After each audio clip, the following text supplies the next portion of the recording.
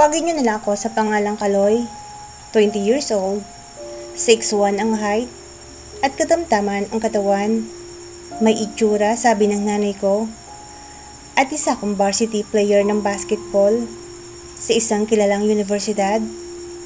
Chicks, hindi problema dahil varsity nga ako. Lapitin ng mga babae.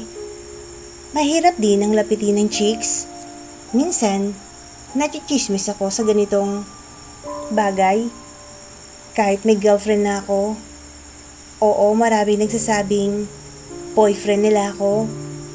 Kaya nagkakaroon pa ng away dahil sa akin sa loob ng school namin. Kaya mas pinili kong magkaroon ng girlfriend sa ibang school.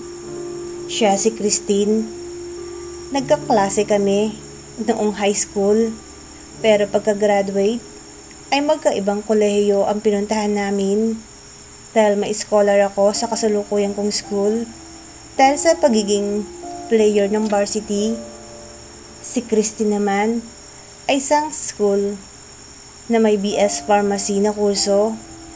Minsan, susunduin ko sana si Christine sa school nila pero nagkaabirya. Hanggang 7 PM daw sila. Hindi daw kasi papasok ng 2 araw yung teacher nila na si Miss Vanessa. Kaya ngayon pa lang, tatapusin na nila ang lab experiment. Ipinaalam pala ng teacher sa mga guard na papasukin ako sa school nila habang naghihintay. Pinaupo lang ako ni Christine sa may upuan sa koridor at kita ko naman sila sa loob ng lab mula sa kinakaupuan ko. Pasilip-silip lang ako nung una. Pero nagsawa, umupo na ako. Maya-maya, ay natuon ang pansin ko sa isang babae. Malamang, ito yung teacher na sinasabi nila. Sobrang nakakapag-init ang dating niya. Ang ganda ng kurba ng katawan. Maputi, makinis, at tamang-tama lang ang pangangatawan. Maski 2 oras ako maghintay sa girlfriend ko, ay hindi ako nainip dahil naaaliw ako. Maski tinitignan ko lang ang teacher ni girlfriend. Nang makatapos sila sa klase, ay naglabasan na ang halos lahat ng estudyante.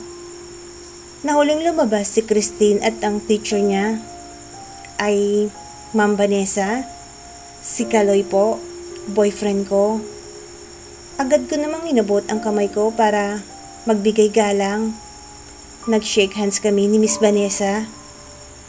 Naku po, ang lambot at ang kinis ng palad ng kamayan ko. Pero napansin ko parang hinagod ako ng tingin ni Vanessa mula ulo hanggang paa. Kaloy, pasensya na ha. Na-delay ang date nyo ni Christine. Okay lang ma'am, wala naman kaming date. Ihahatid ko lang si Christine sa bahay nila. Uy, sabi mo, date mo ko kaya mo ko susunduin. Ay, joke lang naman love. Ma'am Vanessa, sama kayo sa amin ni Christine. Kain tayo ng dinner. Naku, salamat. Pero kayo na lang. At darating din ang boyfriend ko. As usual, ay late na naman. Naku ma'am, hindi pwede ang late-late sa akin, sabi ni Christine. Nagtawanan kaming tatlo habang naglalakad palabas ng gate. Nalaman ko kay girlfriend na bata pa si Miss Vanessa, 26 years old lang. One time, pinapasok ako ulit sa school ni girlfriend ko dahil nag-makeup class sila sa subject ni Miss Vanessa. Lumabas si Miss Vanessa sa may corridor habang nagkuquiz ang klase niya. Friendly naman pala si Miss Vanessa. Nagkaroon kami ng casual talk. Pansin ko, panay ang hagod na naman ang tingin sa akin ni Miss Vanessa at minsan, sa aking iniingatan pa, napapatingin. Isang araw, may activity sa ibang subject si girlfriend.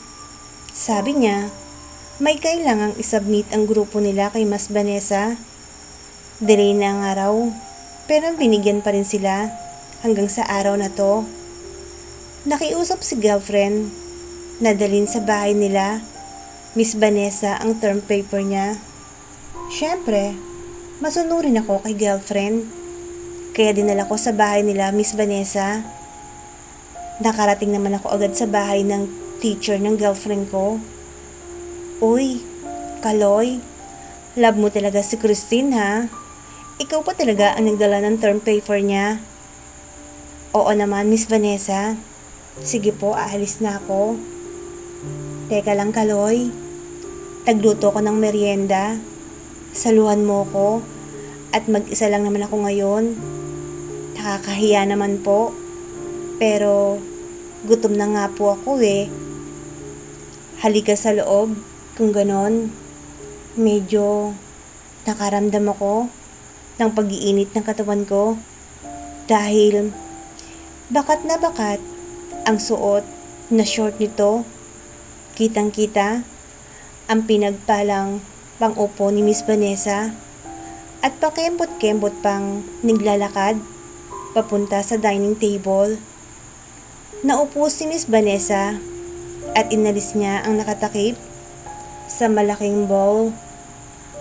Uy, si Miss Vanessa, magpapakanton. Nagpansit kanton pala. Palabiro ka pala, Kaloy. Gusto ko sa mga lalaki yung may sense of humor at masayahin. Naupo na din ako at kumain na kami ng pansit kanton.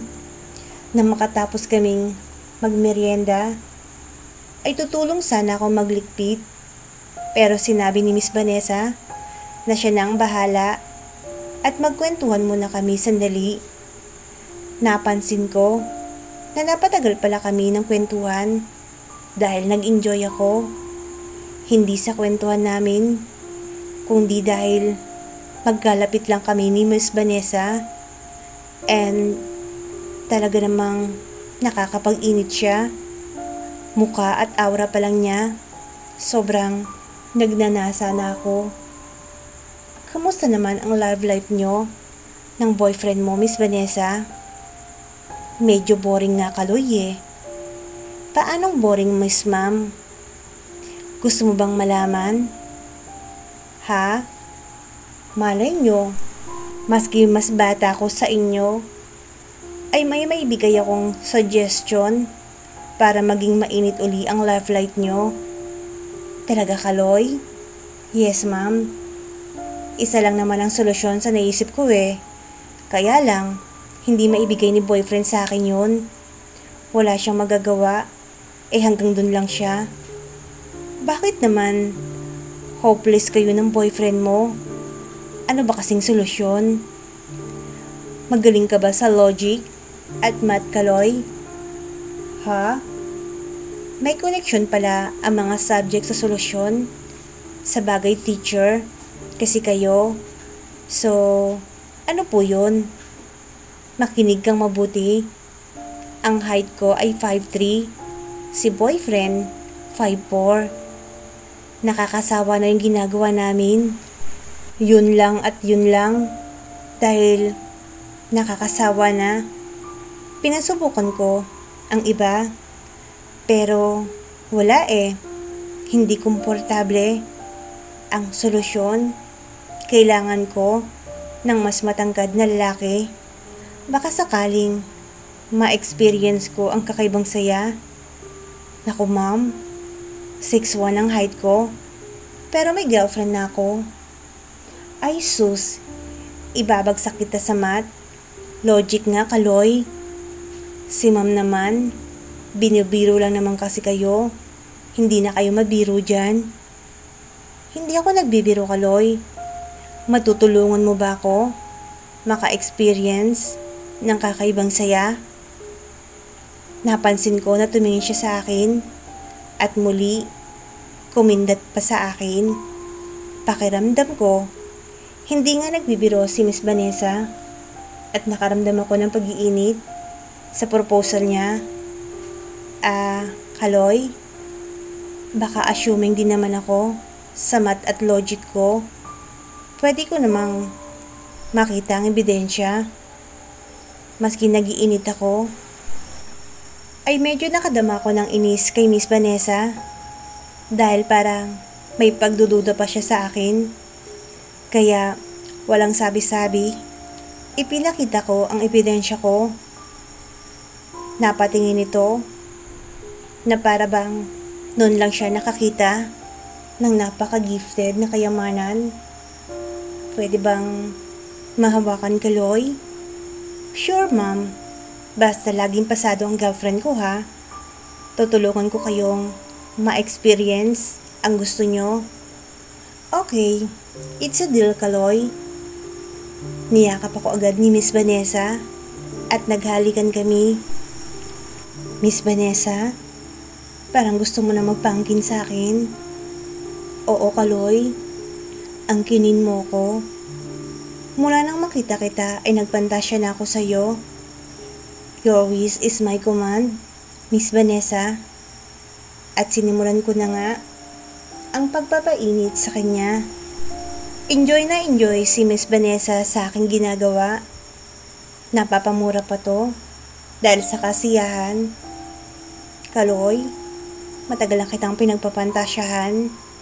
Ikaw ang iniisip ko habang inaangkin ako ng boyfriend ko. Kung alam ko lang na pinagpapantasyahan mo ko noon pa, ay inaya na kita. Matagal na din kasing pinagpapantasyahan kita, Miss Vanessa. Tama na nga ang dalgal, Kaloy. Pasayahin mo ko. At ang swerte ng boyfriend mo, ha? Malas mo, ma'am. At hindi mo nakukuha ang kasiyahan na gusto mo. Pero ngayong gabi, ipaparamdam ko sa'yo ang kakaibang kasiyahang hindi mo pa nararamdaman sa boyfriend mo. Sobrang ingay ni Ma'am Vanessa. Sobrang nasisiyahan siya sa aking ginagawa sa kanya. At hindi nga nagtagal, ay narating na nito ang rurok ng kasiyahan. Grabe ka, Kaloy. Napakasaya nun. At tilang sandali lamang, siya naman ngayon ang nagpapasaya sa akin. Grabe, kakaibang saya ang nararamdaman ko rin. Ang husay ni Mama magpasaya. Kitang-kita ko sa kilos ni Miss Vanessa. Nadarang na siya. Angkinin mo na ako, Kaloy. Please. At walang salita, nainangkin ko na nga si Miss Vanessa. Lahat ng gusto niyang mangyari sa amin, sinunod ko. Pinagbigyan ko ang kagustuhan niya. Hindi na kailangang magsalita pa ni Miss Vanessa. Dahil kita naman, nanasiyahan siya sa akin. Nagpahinga lang kami ng ilang sandali. At muli, nagsalo sa mainit na sandali. Nakarami din kami. Hihirit pa sana ako, pero dadalaw daw ang boyfriend niya. Basta may pagkakataon, ay tatawagan daw niya ako. At laging ang mataas ang grade ng girlfriend ko na si Christine sa mga subject ni Miss Vanessa. Boyfriend pa din niya, si Manny. Dahil mahal naman daw niya ito. Kulang nga daw ng konti sa kaalaman pagdating sa kamunduhan.